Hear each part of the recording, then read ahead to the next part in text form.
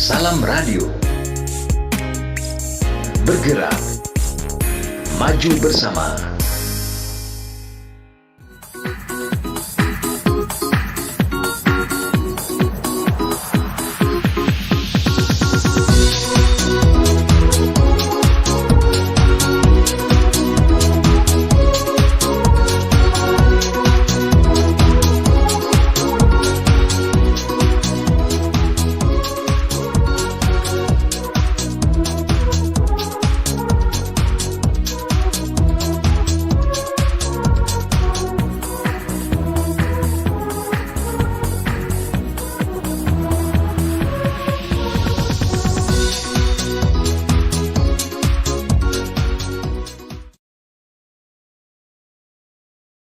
Assalamualaikum warahmatullahi wabarakatuh. Selamat malam para pendengar dan pemirsa sekalian. Alhamdulillah kembali saya Endah Zar bisa menyapa para pendengar dan pemirsa sekalian dalam program Tanya Sihat edisi Kamis 22 Juli 2021. Pada malam hari ini tema yang akan kita bahas dalam program Tanya Sihat adalah kenali gejala long COVID. Nah, sebelum kita mendiskusikan tema pada malam hari ini, saya kembali akan menyampaikan terkait informasi kepada para pemirsa dan pendengar sekalian bahwa program Tanya Sihat ini dapat disaksikan secara live melalui YouTube di Salam Radio Channel atau Facebook di Salam Radio dan dapat diperdengarkan melalui aplikasi Salam Radio atau langsung melalui salamradio.com. Nah, kemudian seperti pada minggu-minggu sebelumnya, program Tanya Sihat ini juga membuka seksi diskusi di mana nanti akan ada tanya jawab dari para pendengar dan pemirsa sekalian yang akan dijawab oleh narasumber kita. Sehingga para pemirsa ataupun pendengar sekalian dapat mengirimkan pertanyaan melalui WhatsApp interaktif di nomor 0812 8604 1960. Sekali lagi di 0812 8604 1960 ya. Pertanyaan dari pemirsa nanti ataupun dari pendengar sekalian akan dibahas dan dikupas tuntas oleh narasumber kita yang luar biasa yang saya selalu bangga kalau mau memperkenalkan beliau, yakni Dr. Juvenius Martin. Saya sapa dulu Dr. Juvenius Martin. Selamat malam, Dok. Halo, selamat malam Mbak Endah. Oke, apa kabar malam ini, Dok? Ya lumayan sehat kok. Mbak Endah sehat?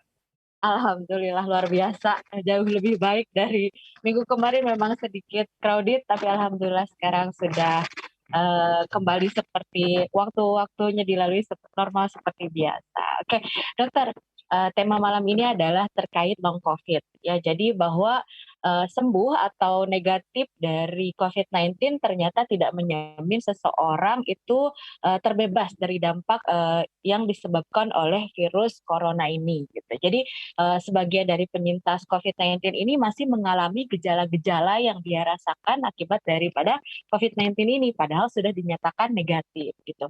Kemudian hasil penelitian yang dilakukan oleh teman-teman di FKUI dan juga Rumah Sakit Persahabatan menunjukkan bahwa sekitar 63,5% penyintas COVID-19 ini mengalami long COVID, dok. Angkanya di atas 50% ya, dan lumayan besar gitu. Artinya banyak dari penyintas long COVID ya, penyintas COVID-19 yang mengalami gejala-gejala dari long COVID ini. Nah, apa itu long COVID dan bagaimana penanganannya serta gejala dan tanda dan gejalanya seperti apa?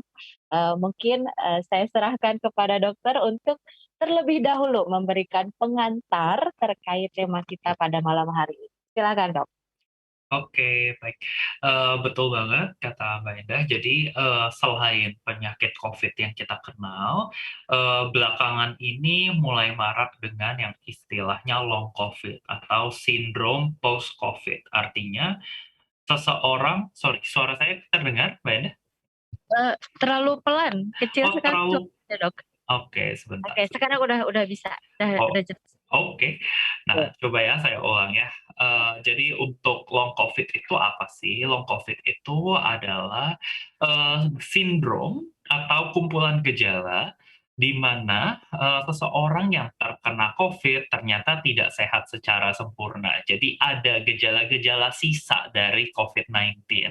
Nah, jadi teman-teman perlu tahu bahwa dari COVID itu bukan cuma pada saat sakitnya aja yang bermasalah. Ternyata setelah sakit COVID pun sudah dinyatakan sembuh pun, maka seseorang bisa mengalami gejala-gejala tertentu. Dan gejala-gejala ini ya memang mungkin tidak mengancam nyawa ya, tapi gejala-gejala ini bisa mempengaruhi kualitas hidup. Nah, jadi hari ini kita akan belajar sedikit mengenai long COVID.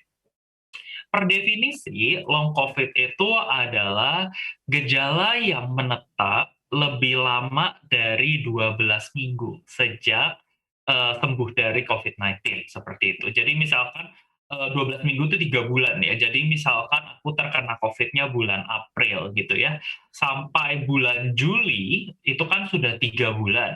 Setelah 3 bulan itu atau 12 minggu itu, jika saya masih menderita gejala-gejala seperti COVID, maka saya masuk ke kategori long COVID gitu ya.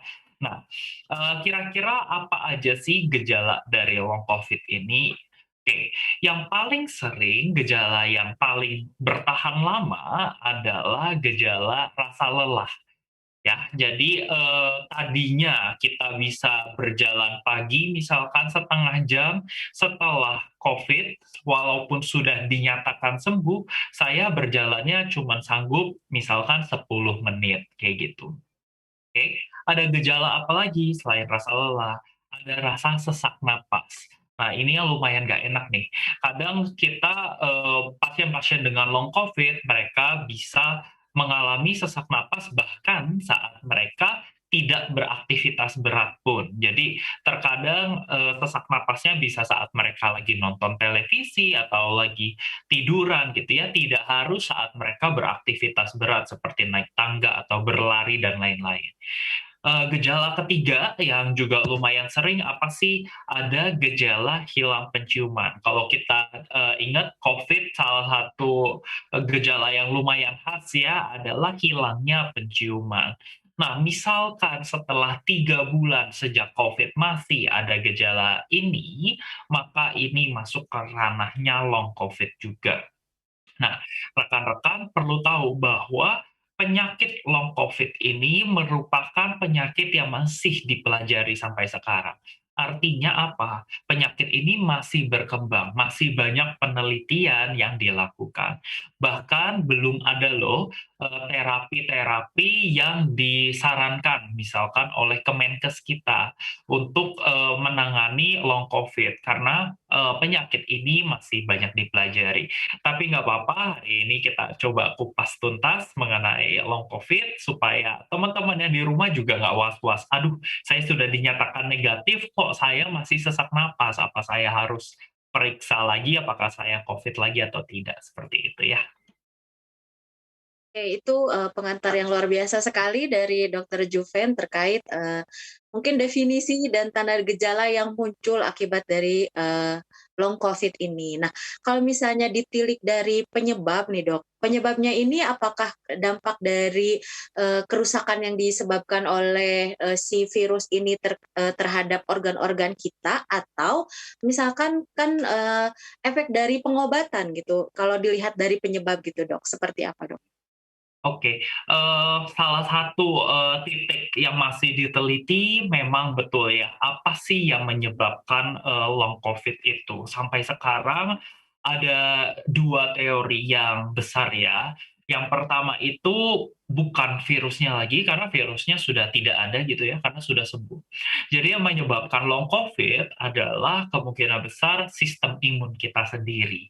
Jadi ketika kita sakit COVID, sistem imun kita kan membentuk peradangan ya. Nah, peradangan itulah yang membuat kita demam saat kita sakit COVID.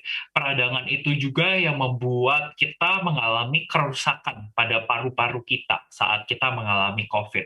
Jadi kalau ditanya sebenarnya yang jahat virusnya atau peradangannya. Nah, jawabannya 50-50 gitu. Karena ada virus, tubuh kita meradang. Karena tubuh kita meradang, maka timbul gejala-gejala COVID seperti itu. Nah, pada beberapa orang peradangan ini sangat hebat terjadinya. Maka kita bisa lihat gambaran orang-orang dengan COVID, ada yang OTG, bisa isoman saja di rumah, ada yang sakit ringan, ada yang sampai sakitnya berat, sampai perlu pengobatan di ICU. Nah, perbedaan-perbedaan gambaran penyakit pada COVID itu disebabkan karena perbedaan respon imun kita. Semakin kuat respon imunnya, ternyata berbahaya juga loh. Kalau terlalu kuat respon imunnya, seseorang bisa masuk ke ICU karena proses peradangan yang terlalu hebat. Nah, pada long COVID diperkirakan proses peradangan ini tetap terjadi dalam jangka waktu yang panjang. Sehingga walaupun virusnya sudah tidak ada, tapi proses radangnya masih ada. Nah, proses radang inilah yang kita pikirkan merupakan penyebab dari long COVID. Itu teori yang pertama gitu ya. Teori yang kedua, Mbak Endah benar banget, yaitu dari pengobatan dari COVID. Nah, kalau kita ingat-ingat banyak banget ya obat-obat COVID itu ada antivirus gitu ya, ada obat batuk, ada obat pilek, vitamin yang begitu banyak dan lain-lain. Nah, tapi ada satu obat nih yang juga kita pakai di rumah sakit. Jadi hampir kebanyakan pasien yang rawat inap kita berikan obat namanya steroid. Nah, steroid ini bukan seperti yang kita baca-baca di berita ya, ada atlet pakai steroid anabolik, beda. Ya, ini steroid yang fungsinya untuk menurunkan radang. Biasanya kalau kita batuk pilek ya, biasanya kalau kita datang ke dokter kadang dikasih obat steroid juga kayak gitu ya. Jadi ini obat yang umum digunakan juga sebenarnya. Nah, pada penyakit COVID terkadang kita menggunakan obat steroid ini dalam jangka panjang. Sehingga saat kita berhenti menggunakan obat steroid ini atau saat kita sembuh, maka masih ada efek-efek obat ini di dalam tubuh kita.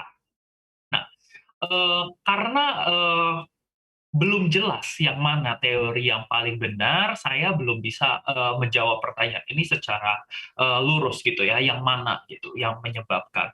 Tapi satu hal yang perlu teman-teman ingat bahwa gejala long COVID itu sifatnya sementara. Artinya mau dia disebabkan oleh radang di tubuh kita, mau itu disebabkan oleh pengobatan, apapun itu, long COVID bisa sembuh. Seperti itu ya. Memang tadi aku bilang belum ada obat-obatan yang disarankan secara spesifik. Tapi gejala-gejala yang dialami pada pasien long COVID biasanya bertahan kurang lebih 1 sampai 3 bulan, tergantung gejalanya. Setelah gejala-gejala itu, setelah 1 sampai 3 bulan itu, biasanya long COVID akan sembuh. Jadi mereka yang merasakan rasa lelah, misalkan tadi, setelah 12 minggu post-COVID, setelah COVID, mereka masih merasakan lelah, itu long COVID namanya. 3 bulan setelah mengalami long COVID, biasanya kekuatan mereka menjadi kembali secara berangsur-angsur. Jadi mereka lebih kuat gitu ya. Hingga pada satu titik mereka bisa kembali ke aktivitas normal mereka tanpa merasakan lelah. Kurang lebih kayak gitu, Mbak Endah. Baik, luar biasa ya dok. Nah, kalau misalnya ditilik dari penyebab itu kan tadi ada 2 hal tadi yang sudah dokter jelaskan. Nah, yang jadi pertanyaan juga nih bagi saya dok, apakah long COVID ini hanya menyerang bagian fisik kita atau juga menyerang psikis dok? Karena kan kalau misalnya yang saya baca-baca gitu dari orang dengan COVID-19 ini, ya kalau misalnya sudah terinfeksi COVID-19, ternyata gejala yang muncul tidak hanya pada fisik, tetapi juga ada yang disertai dengan kondisi psikologisnya. Nah, apakah pada pasien penyintas yang sudah dinyatakan negatif dari COVID-19 atau penyintas yang mengalami long COVID ini juga mengalami gangguan pada psikologisnya, dok? Oke, bagus banget Mbak Endah, benar ya. Jadi untuk gejala dari long COVID memang yang paling sering yang tadi aku sebutkan.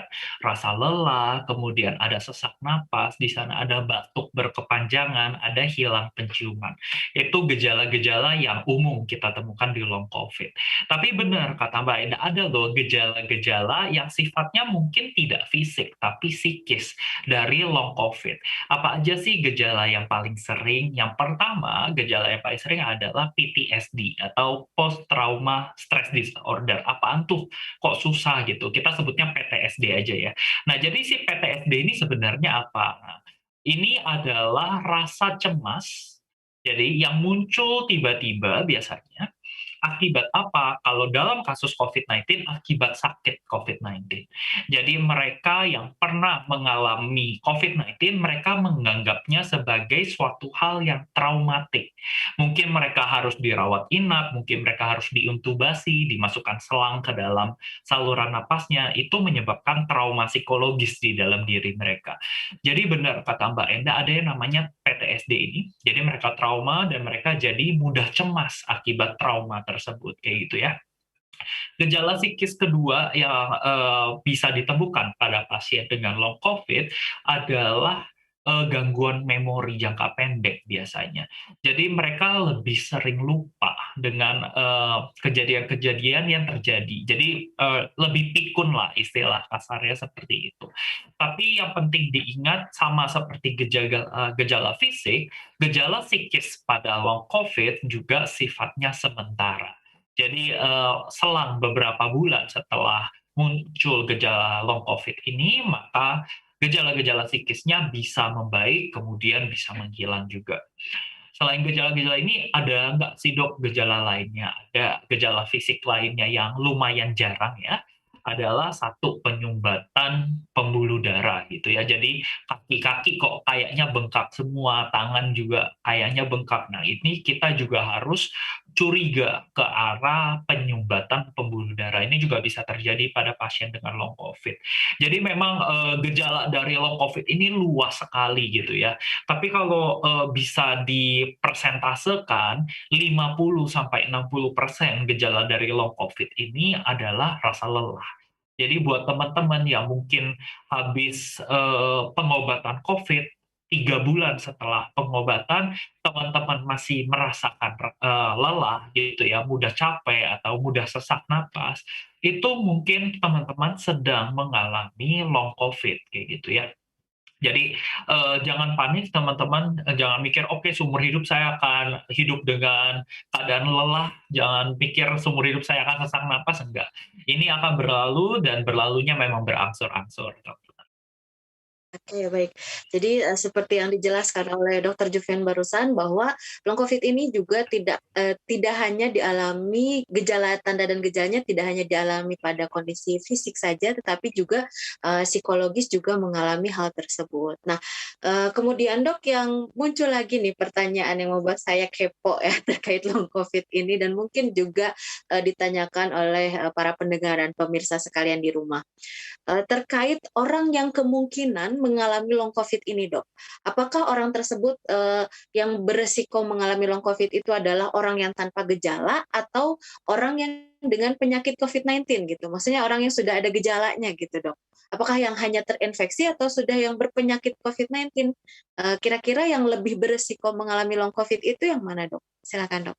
Oke, kalau kita ingat ya, tentang kemungkinan penyebab long COVID tadi kan ada 2 ya, antara respon imun kita sendiri atau akibat pengobatan. Tentunya berdasarkan 2 jenis, jawaban ini kita bisa tahu kalau, mereka yang menderita long COVID biasanya mereka yang menderita penyakit yang lebih parah. Artinya kalau harus dibandingkan pasien OTG dengan pasien yang dirawat inap karena COVID, maka jawabannya akan lebih sering mereka yang dirawat inap. Kenapa? Karena yang tadi saya bilang, mereka yang dirawat biasanya proses peradangan di tubuhnya lebih hebat. Mereka yang dirawat inap juga biasanya mendapatkan pengobatan steroid yang saya bilang tadi. Sehingga kalau dilihat dari kejadiannya, angka kejadiannya, lebih sering terjadi pada mereka yang dirawat inap. Tapi tidak menutup kemungkinan juga bahwa mereka yang isoman atau mereka yang punya gejala ringan dan OTG, bahkan mereka yang nggak sadar mereka COVID, bisa menderita gejala-gejala dari long COVID kayak gitu. Nah, oleh karena itu, kalau di beberapa negara di luar ada loh pemeriksaan setelah COVID gitu ya. Jadi kalau kita kan sembuh dari COVID ya udah sembuh gitu ya, kontrolnya jarang-jarang. Nah Ya. kalau di luar negeri mereka karena mereka sudah lumayan was-was mengenai long COVID ini, mereka melakukan pemeriksaan berkala setelah mereka pasien-pasiennya sudah sembuh. Nah, kriteria pemeriksaan berkala ini juga berbeda-beda. Dan kalau teman-teman mau aplikasikan di kasus teman-teman, misalkan ada kenalan yang habis kena COVID, boleh banget gitu ya.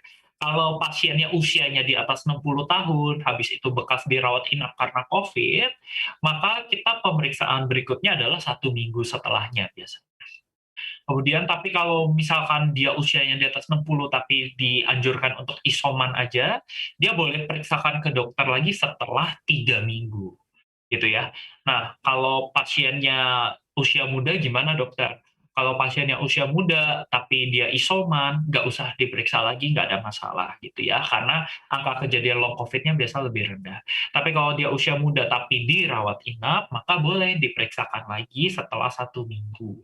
Nah, diperiksakannya apa sih dok? Apakah saya cek antigen lagi, PCR lagi? Tidak gitu ya. Karena teman-teman sudah dinyatakan negatif, kita hanya mau memeriksakan yang namanya long COVID, tidak perlu lagi dilakukan swab antigen atau swab PCR.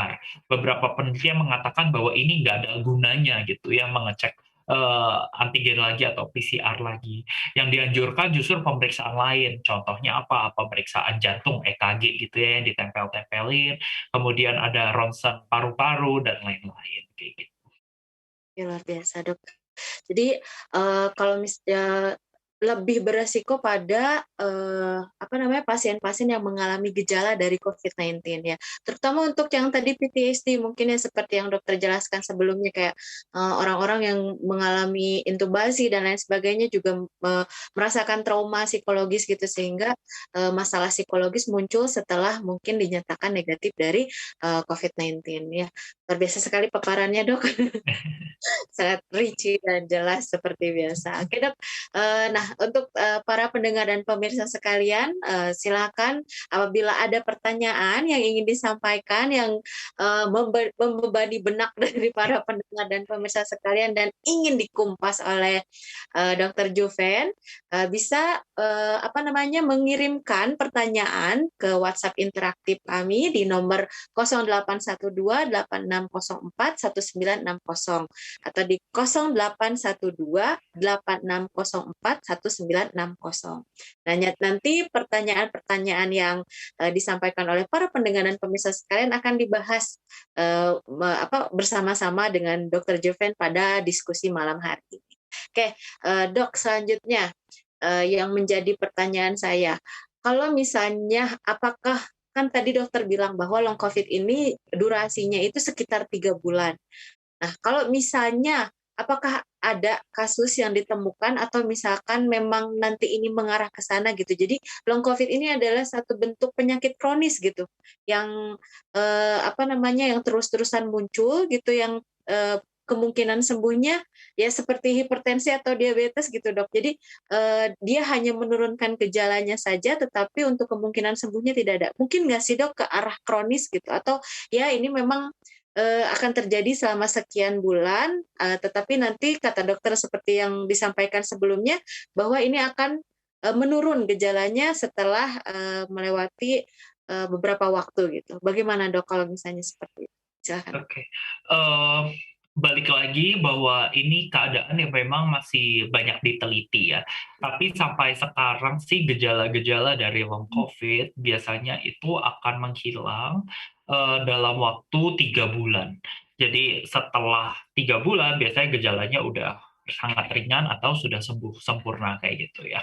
Kenapa kayak gitu ya? Karena dalam waktu-waktu 3 bulan tersebut proses peradangan tubuh kita mulai berkurang, efek obat dari tubuh kita juga mulai berkurang. Tapi tidak menutup kemungkinan bahwa mereka bisa jatuh sakit dan sakitnya bisa lebih parah daripada COVID sebelumnya. Ini terjadi pada 1 orang gitu ya di Amerika, di mana dia bukan hanya kena long COVID, tapi long COVID-nya gejalanya lebih parah daripada COVID-nya sendiri. Sehingga ini satu-satunya kasus setahu saya yang berakhir pada kematian. Jadi long COVID yang menyebabkan kematian. Bisa juga, tapi baru satu kasus nih sekarang. Nah, pada pasien ini dia memang terjadi peradangan paru yang luar biasa hebat kayak gitu, sehingga sesak napasnya parah, pasiennya masuk kembali ke ICU namun tidak tertolong. Kejadiannya seperti itu. Nah, tapi pada 99% kasus yang lainnya tidak seperti ini kok gitu ya. Long COVID biasanya cuman menurunkan kualitas hidup saja, tapi tidak ada tanda-tanda bahwa penyakit ini akan bersifat kronis atau seumur hidup seperti itu ya. Buat teman-teman juga mungkin ada fakta menarik yang bisa dipakai gitu ya. Teman-teman yang sudah divaksin itu ada penelitiannya bahwa ternyata kecenderungan mereka untuk kena long COVID itu lebih rendah gitu. Jadi buat mereka yang divaksin tapi amit-amit masih kena COVID gitu, nggak apa-apa gitu ya. Setelah COVID-nya selesai, kemungkinan mereka untuk terpapar long COVID itu lebih rendah. Jadi buat teman-teman yang belum divaksin, ayo divaksin aja sekarang gitu ya. Sambil promosi vaksinasi, mumpung masih gratis teman-teman ya vaksinasinya. Bukan cuman itu ya, mereka yang terkena long COVID, kalau mereka di tengah-tengah long COVID mereka divaksinasi, mereka juga lebih cepat proses penyembuhannya, kayak gitu. Jadi memang efek baik dari vaksinasi ini ternyata bukan cuma untuk mencegah COVID-nya saja gitu ya. Ternyata ada efektivitas juga di long COVID juga, sehingga mereka lebih mudah sembuh dan lain-lain, kayak gitu Mbak Ida. Ya, itu informasi penting yang barusan disampaikan oleh Dokter Juven bahwa orang yang sudah vaksinasi itu kecenderungan untuk mengalami long COVID-nya itu rendah. Makanya teman-teman ayo vaksinasi. Teman-teman bisa daftar di fasilitas kesehatan terdekat atau sekarang kan kayak Porles-Porles atau Polsek-Polsek atau Kesdam atau Kodam dari TNI dan Polri juga kan membuka kegiatan vaksinasi gitu. Jadi teman-teman bisa langsung mendaftar ya. Jadi itu tuh juga penting, vaksin ya, jangan jadi anti vaks. Oke Dok, ini sudah ada pertanyaan yang masuk dari para pendengar dan pemirsa sekalian terkait, Dok, bagaimana caranya membedakan kalau ini tuh long COVID atau penyakit bawaan? Karena mungkin dilihat dari gejala gitu ya, kan common gitu ya, umum gitu, gejala lelah, kemudian sesak. Nah, cara membedakannya bahwa ini adalah long COVID atau ini adalah penyakit bawaan itu seperti apa, Dok? Oke, mudahnya seperti ini, penyakit bawaan itu artinya penyakit yang diturunkan, seperti itu ya. Jadi, penyakit yang diturunkan biasanya apa gitu, biasanya hipertensi ya, penyakit gula, tapi bisa juga penyakit pernapasan, contohnya apa, asma gitu, itu juga merupakan penyakit-penyakit yang diturunkan. Nah, terkait pertanyaan ini, jawabannya sebenarnya lumayan sederhana. Kalau penyakitnya sifatnya turunan atau penyakit bawaan, itu gejalanya itu tidak berkaitan atau tidak harus berkaitan dengan COVID. Jadi misalkan mereka punya asma lah, gampang sesak napas yang bunyi ngik-ngik kalau malam-malam, oke? Itu mereka tidak COVID pun, mereka akan mengalami gejala demikian, sesak napasnya. Tapi pada pasien-pasien dengan long COVID, mereka biasanya dia sudah harus sakit COVID dulu dan gejalanya bertahan selama 3 bulan sejak sakit COVID. Sebelum sakit COVID tidak ada nih gejala sesak napasnya, tidak ada gejala rasa lelahnya. Sedangkan kalau di penyakit bawaan tidak harus ada kaitan saya sakit COVID dulu.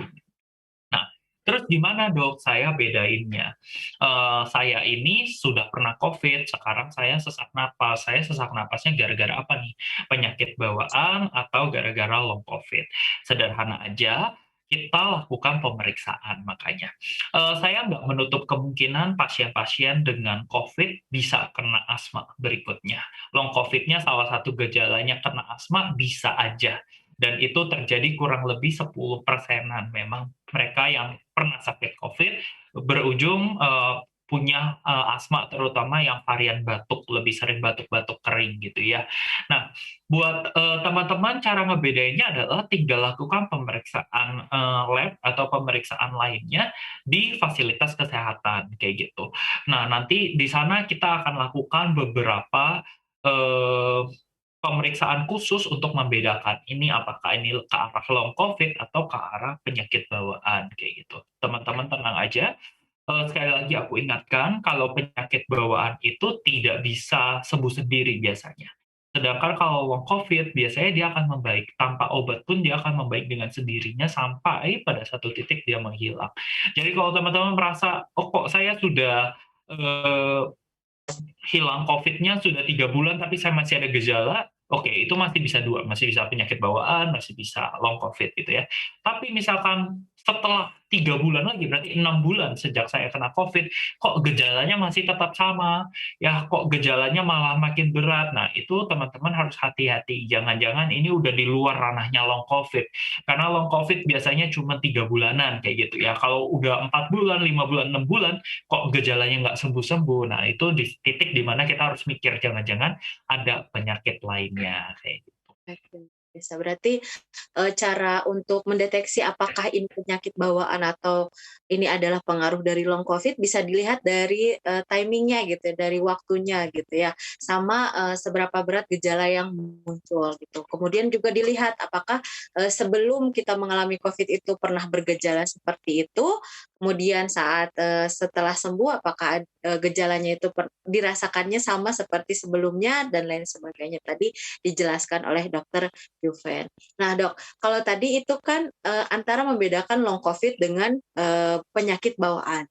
Nah, kemudian kan banyak diceritakan bahwa para penyintas COVID-19 ini ternyata berisiko juga untuk mengalami reinfeksi, Dok.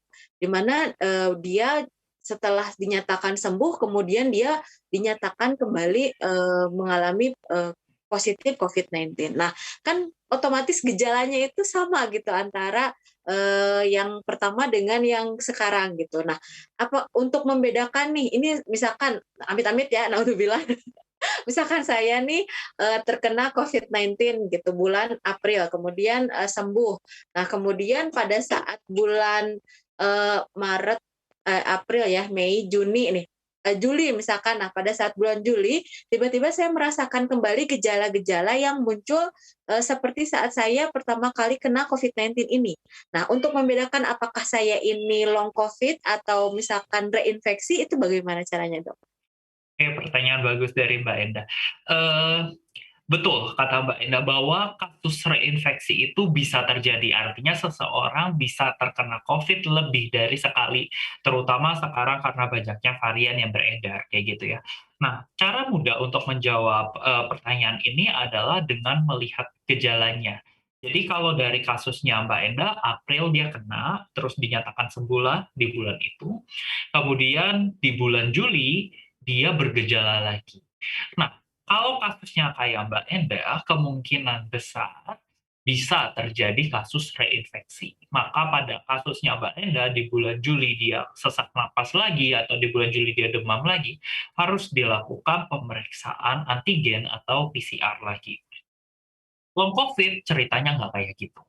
Kalau long COVID ceritanya adalah pasiennya sakit di bulan April, kemudian di bulan April setelah pengobatan dan PCR itu dinyatakan negatif, maka dokter bilang bahwa pasien ini sudah sembuh di bulan April. Tapi uniknya pasien ini masih merasakan gejala, walaupun dia sudah PCR-nya negatif, misalkan seperti itu. Nah, gejala yang dialami apa? Gejala yang dialami adalah masih sesak napas, masih terasa lelah di badannya, itu normal buat seseorang yang baru sembuh sakit, gitu kan. Kalau habis sembuh sakit masih lemes-lemes, oke. Buat teman-teman yang pernah ngerasain DBD juga kayak gitu. Setelah dokternya pulangin kita pun kita masih ngerasa lemes di badan sampai 3 sampai 5 hari, itu masih normal. COVID juga begitu. Setelah seseorang dinyatakan sembuh dan boleh pulang dari rumah sakit, misalkan pasiennya dirawat inap, biasanya mereka tetap merasakan sedikit sesak. Biasanya mereka tetap merasakan lelah. Tapi gejala ini kalau bertahan lama sampai lebih dari 3 bulan, jadi April dia masih capek, Mei masih capek, Juni masih capek, sampai Juli misalkan dia masih capek, di situ titik di mana kita mengatakan pasiennya, "Oke, ini long COVID," kayak gitu. Kalau kasusnya Mbak Ida dia sembuh dan aman-aman aja gitu, sampai bulan Juli tiba-tiba kena lagi, itu baru kita mikir ke arah reinfeksi gitu ya. Jadi kalau long COVID gejalanya selalu bertahan gitu. Tapi di titik 3 bulan setelahnya kalau gejalanya memang masih ada, baru kita diagnosis itu sebagai long COVID. Kayak gitu cara membedakan keduanya. Kalau untuk long COVID itu lebih memanjang gitu ya dok ya prosesnya gitu. Kalau misalnya kemungkinan reinfeksi biasanya gejalanya sempat hilang, kemudian muncul lagi gitu ya, sederhananya mungkin seperti itu. Oke, baik dok, pertanyaan selanjutnya adalah terkait penanganannya dok. Jadi kalau misalnya saya nih, amit-amit lagi gitu ya dok ya, amit-amit lagi, saya sudah COVID, kemudian saya terkena long COVID gitu. Nah, apa yang harus saya lakukan untuk mengantisipasi si gejala-gejala yang muncul dari long COVID ini? Oke, Silahkan. bagus banget pertanyaannya. Jadi, seperti yang tadi kita udah sempat bahas dikit banget ya, bahwa, long COVID ini biasanya sembuh kok, gitu. Cuman sembuhnya memang butuh waktu lama 1 sampai 3 bulan. Jadi, "Dok, saya nunggu aja di rumah," gitu. Oh, enggak kayak gitu. Ada loh cara-cara kita bisa mempercepat, proses penyembuhan long COVID ini, walaupun memang tidak melibatkan obat-obatan, kayak gitu ya. Yang pertama adalah tadi kan gejala paling seringnya adalah rasa cepat lelah gitu ya. Tadinya saya bisa lari 3,5 jam, sekarang saya jalan 10 menit aja udah ngos-ngosan misalnya kayak gitu. Oke. Nah, pada rasa lelah ini, proses penyembuhannya tuh berangsur-angsur. Jadi yang disarankan saat ini apa sih? Yang disarankan adalah kita mulai beraktivitas fisik. Jadi kita melatih tubuh kita untuk pelan-pelan kembali ke kapasitas kita sebelum sakit COVID. Gimana caranya? Biasanya tekniknya adalah dengan berjalan, gitu ya, atau olahraga ringan. Di titik di mana kita sudah nggak kuat olahraga ringan lagi, maka kita stop olahraganya, udah kita istirahat. Besoknya kita coba lagi. Yang tadinya kita cuma bisa 5 menit, lama-lama kita akan lihat perbaikan. Oke, saya bisa berolahraga sekarang 10 menit gitu ya. Seminggu kemudian saya bisa berolahraga 15 sampai 20 menit kayak gitu. Tapi harus dilatih tubuh kita. Kenapa? Karena saat sakit tubuh kita ngedrop, udah lupa dia sama kapasitas dan stamina yang dimiliki. Nah, cara kita mempersingkat gejala rasa lelah ini adalah dengan melatih tubuh kita dengan aktivitas fisik, tapi jangan dipaksa ya. Setiap kita sudah merasakan lelah, stop. Olahraganya istirahat gitu. Besoknya kita lakukan lagi, jangan dipaksa. Kalau dipaksa malah bisa gawat, bisa pingsan gitu ya. Olahraganya ya ringan-ringan aja gitu ya, lari di tempat gitu, squat jam boleh kayak gitu. Yang penting kalau udah, cukup, merasakan lelah, boleh di-stop, boleh istirahat. Itu gejalanya rasa lelah.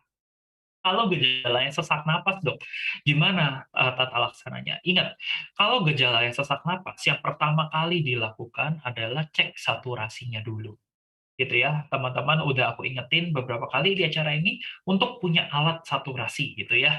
Memang harganya sekarang lagi naik lagi nih, cuman, worth it buat kita beli alat saturasi ini dan mudah karena kecil ya, bisa dibawa ke mana-mana juga. Nah, setiap kali sesak, cek dulu saturasinya. Kalau saturasinya jelek, artinya di bawah 95 atau 93 sekarang cut off yang baru, maka kita langsung bawa pasiennya ke fasilitas kesehatan karena dia butuh terapi oksigen, kayak gitu ya. Itu udah nggak bisa diganggu-gugat lagi. Mau dia karena COVID atau karena long COVID itu urusan belakang. Yang penting kita obati dulu. Saturasi oksigen yang rendah itu harus kita tingkatkan dulu. Tapi misalkan rasa sesaknya timbul dengan saturasi yang masih bagus, misalkan 98% gitu ya saturasi oksigennya, tapi saya ngerasa sesak. Apa yang harus dilakukan? Yang diajarkan adalah teknik tarik napas, tahan, buang napas, kayak gitu ya. Mungkin ini teman-teman sering, dengar juga. Jadi yang kita lakukan apa? Kita tarik napas dalam, itu, terus kita tahan selama 3 detik napasnya, baru kita buang perlahan, gitu ya. Itu diulang, kurang lebih 5 sampai 10 menit, ya itu dipercaya bisa mengurangi gejala sesak napas yang dialami pada long COVID kayak gitu. Kalau memang betul-betul dibutuhkan, bisa kita menggunakan obat-obatan namanya bronchodilator, pelebar bronkus atau saluran napas kita. Nah, obat-obat ini tentunya tidak bisa dibeli secara bebas gitu ya. Jadi biasanya memerlukan resep dokter. Nama obatnya sih salbutamol gitu buat teman-teman yang mau cari tahu gitu ya. Nah, itu bisa dipakai. Biasanya kalau sesak minum itu napasnya lebih lega gitu. Tapi ini jangan dijadikan sebagai patokan obat yang digunakan gitu.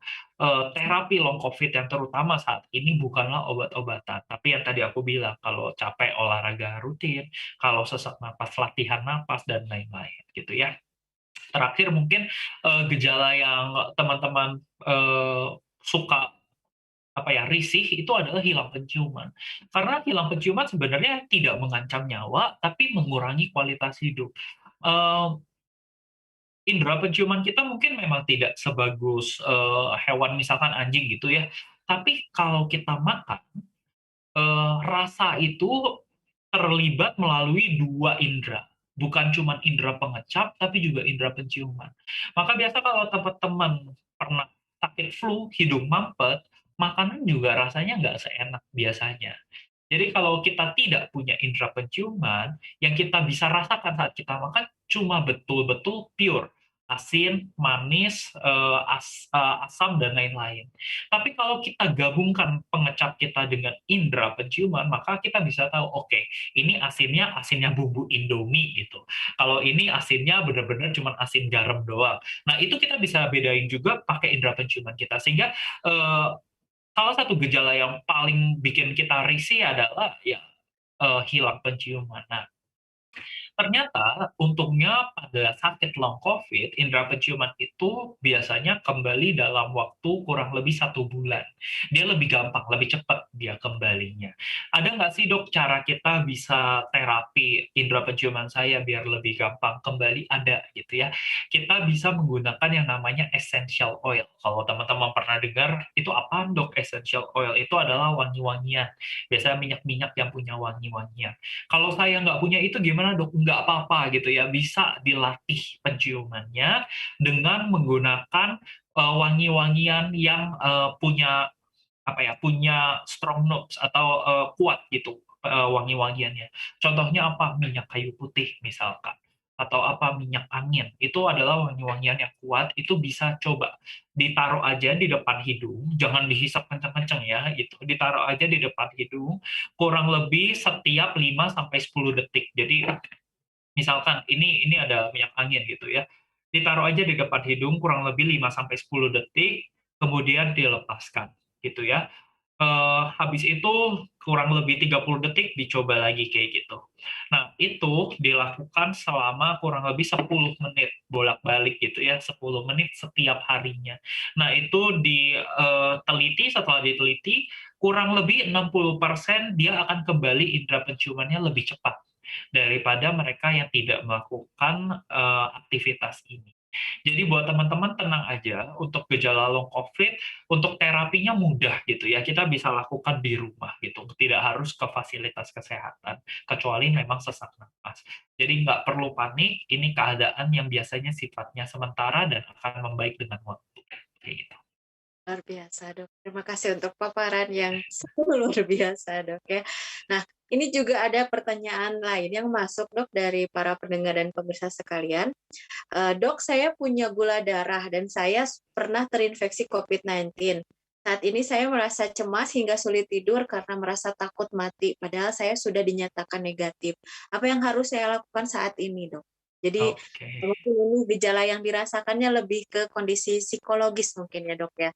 Di mana saya nggak tahu ini ibu atau bapak yang mengalami diabetes mellitus atau gula darah dan pernah terinfeksi COVID-19. Dia merasa khawatir dan cemas, dan apa yang harus dilakukan oleh ibu atau bapak tersebut? Silakan, Dok. Oke, pertama-tama aku ucapkan selamat dulu karena sudah sembuh ya dari COVID-19 gitu. Sudah alumni, berarti udah lulus kayak gitu. Tentunya aku nggak tahu seberapa besar perjuangannya yang dirasakan, terutama karena pasiennya ada riwayat sakit gula juga kayak gitu ya. Biasanya pasien-pasien dengan diabetes kalau kena COVID biasanya gejalanya lebih berat. Dan kalau dengar dari cerita pemirsa yang menceritakan ini, kayaknya sih lumayan berat perjuangannya sampai bisa membentuk masalah psikologis kayak gitu ya. Tapi tenang aja kayak gini, penyakit diabetes itu bukanlah eh, penyakit yang mengerikan kalau gula darahnya dikontrol. Jadi kalau misalkan pemirsa sudah sembuh dari COVID dan gula darahnya sudah dikontrol dengan baik, jadi normalnya di bawah 200 gitu ya kalau kita punya alat yang tes sendiri. Kalau gula darahnya terkontrol dengan baik, pemirsa bisa memiliki life expectancy yang sama dengan orang normal. Jadi usianya sama loh dengan orang normal kalau dikontrol dengan baik kayak gitu ya. Jadi saran dari saya adalah tenang aja gitu. Kamu sudah sembuh dari COVID, artinya kemungkinan kamu untuk terkena COVID lagi ke depannya lebih kecil dibandingkan orang yang belum kena sakit COVID. Artinya tubuh kamu lebih kuat sekarang dibandingkan orang lain. Apalagi kalau misalkan kamu ditambah sudah vaksinasi. Kalau sudah vaksinasi, double-double lagi perlindungan di tubuh kamu. Artinya kamu kayak Superman lah, susah banget buat kamu kena COVID kayak gitu ya. Yang kedua adalah pertanyaan aku adalah kontrol gula darah kamu kayak gimana? Kalau kontrol gula darahnya bagus, artinya minum obatnya rutin, cek tiap 3 bulan gula darahnya dan hasilnya bagus, maka tidak perlu khawatir gitu ya. Kamu bahkan lebih sehat daripada kebanyakan orang gitu. Yang ketiga, tapi kalau misalkan aku ngomong kayak gini pun kamu masih cemas kayak gitu, nggak ada salahnya kamu ke dokter. Pasien-pasien yang habis sakit COVID memerlukan banyak istirahat. Kalau kamu sampai terganggu tidurnya karena rasa cemas kamu, maka nggak ada salahnya untuk kamu datang ke spesialis, misalkan ke spesialis penyakit dalam yang kemarin nanganin kamu, pada saat COVID kayak gitu ya. Nggak masalah kamu samperin dokternya, kamu bilang ke dokternya, "Dok, sorry dok, ini saya masih sangat cemas akan keadaan saya tidurnya kurang banget, misalkan cuma 2 jam sehari," kayak gitu. "Boleh nggak dok, untuk beberapa lama ini, 1 sampai 2 minggu ini, mungkin saya dibantu dengan obat penenang," gitu ya, obat yang bisa bikin tidur gitu. "Tenang aja, ini bakal nagih nggak dok? Nanti saya jadi ketagihan apa enggak?" Kalau obat tidurnya atau obat penenangnya diberikan oleh dokter spesialis atau dokter umum pun, maka dia sudah memperkirakan dosis yang paling tepat berapa. Yang penting jangan asal beli gitu ya. Jangan langsung beli, oh ya udah kata dokter beli obat tidur, ya udah saya langsung beli aja obat tidur. Nggak boleh. Kalau yang itu justru bakal resiko terjadi adiksi atau ketergantungan obat. Jadi saran saya gini, yang pertama kamu harus tahu dulu bahwa keadaan kamu sekarang adalah lebih kuat dibandingkan kebanyakan orang di luar sana yang belum pernah kena COVID. Tapi kalau yang kedua, fakta tadi tidak membuat kamu lebih tenang, nggak ada salahnya kok kamu datang lagi samperin dokternya untuk minta pengobatan lebih lanjut. Kayak gitu ya. Baik. Tadi sudah disampaikan jawaban dari Dokter Juven, apabila memang masih mengalami kecemasan, tadi sudah dipaparkan ya banyak hal. Kalau memang masih dirasa mengganggu, bisa menghubungi profesional kesehatan terkait untuk menurunkan gejala yang dirasakan. Dok, ini sebenarnya ada muncul sebuah pertanyaan di YouTube nih Dok, tetapi mungkin di luar dari long COVID-nya, tetapi berkaitan dengan pertanyaan yang sebelumnya, yakni tentang diabetes. Jadi saya bacakan saja di sini Dok ya, terkait kalau misalnya Dok, kalau misalnya diabetes, apakah saat infeksi amputasi itu adalah hal yang fatal meskipun dikatakan diperlukan?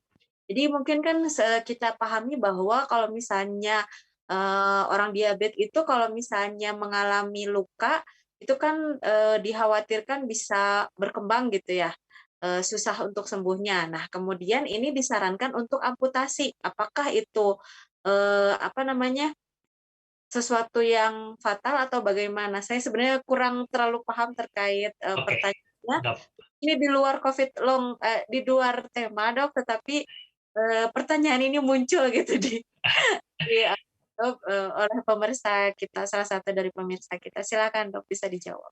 Oke, pertanyaannya bagus, nggak apa-apa di luar tema juga nggak ada masalah.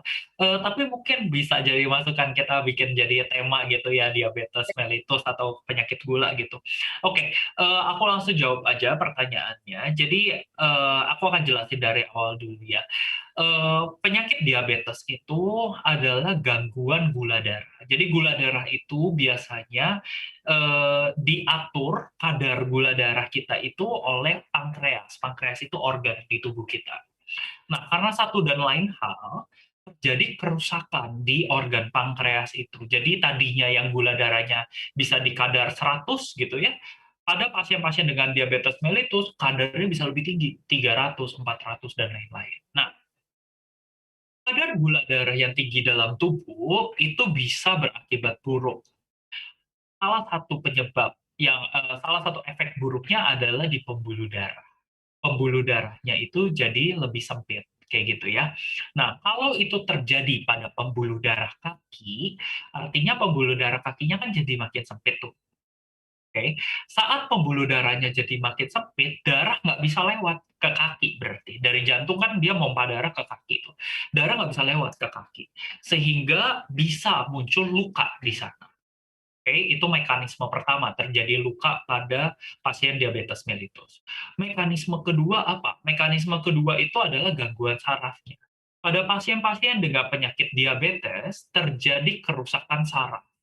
Kerusakan sarafnya di mana aja, Dok? Yang paling sering adalah di kedua tangan dan di kedua kaki.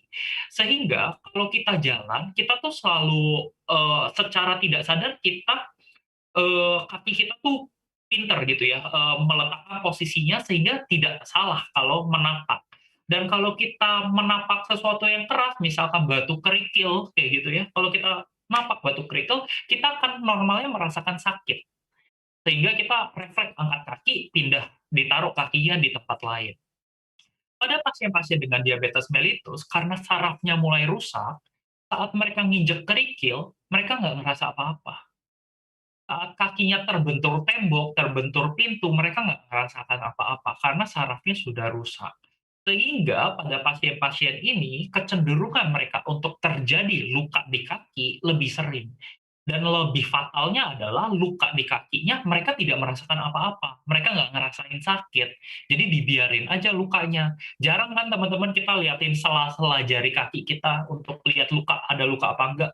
Orang normal jarang banget ngeliatin sela-sela, mungkin kalau lagi potong kuku, nah potong kuku kaki berapa lama sekali sih gitu ya, bisa 3 minggu sekali dan lain-lain, lama gitu.